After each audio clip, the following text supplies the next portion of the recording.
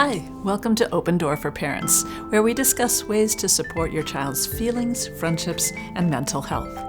I'm Dr. Eileen. Today I want to share one simple thing you can do when your child feels scared about world events. A young girl in my practice came in very frightened by the events in the news and full of questions about what if this happens and what if that happens. I couldn't honestly tell her, "Don't worry, kid, everything's going to be fine."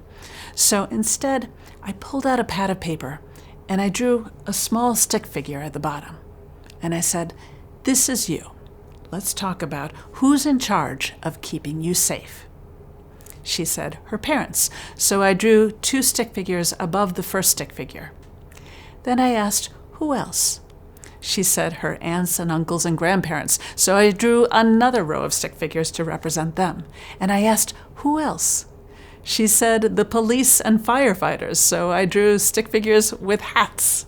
Then she said the army, so I drew stick figures with crew cuts. We worked our way all the way up to the president, which was a stick figure with a flag. Now, it doesn't matter who is in the rows of stick figures. What matters is that we can give our children an image of row upon row upon row of people standing between them and danger and working to keep them safe.